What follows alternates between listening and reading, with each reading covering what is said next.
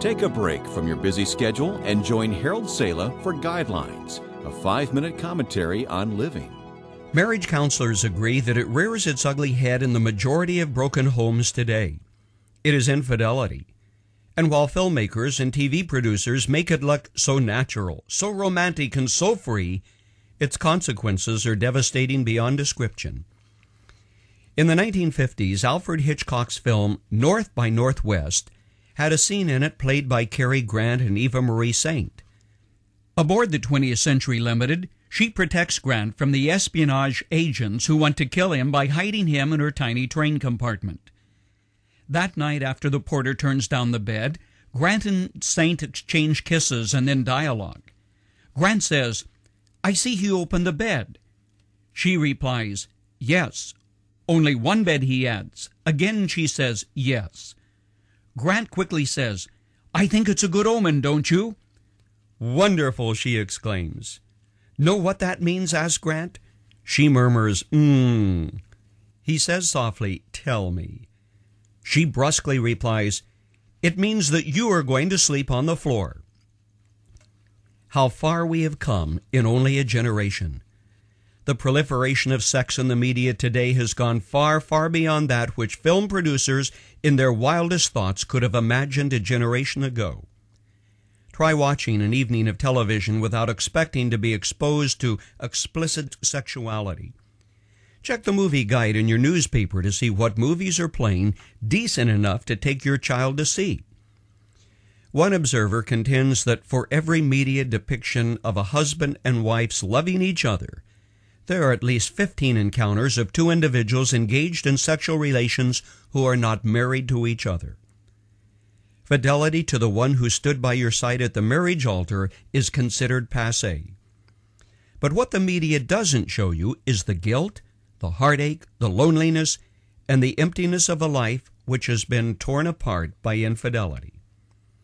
This stuff, of course, doesn't fill seats in a theater or demand prime-time exposure. No relationship in all the world can be compared to that of two people who love each other, who have gone public with their commitment by marrying, giving themselves to each other sexually.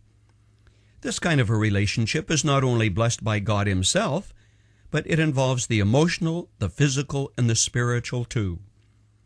Undefiled and pure are the words of the New Testament writer describing it. The Old Testament allegory, the Song of Solomon, uses the relationship of a husband and a wife to picture God's great love for Israel, and some say is a picture of Christ's love for His body, the church, too.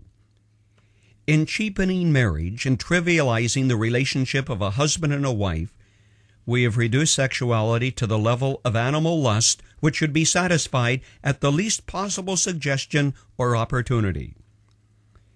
In the 1960s, morality began to change. Sleeping on the floor, as Eva Marie Saint advocated, went out the window, and sexual license was applauded as free and beautiful. And then people began to realize there is a bonding in marriage which cannot be broken apart from anger, hostility, and jealousy. What the media doesn't tell you is what David learned long ago. Infidelity is hell, and its consequences of anguish and pain reach beyond the darkness of a sleepless night. Take time to read Psalm 51 in your Bible, where David cries out to God, asking for forgiveness and restoration. "I thought I was doing what I wanted to do," writes one friend of Guidelines, but she says, "I realized I was destroying the very thing I really wanted." What the media doesn't tell you, you learn the hard way.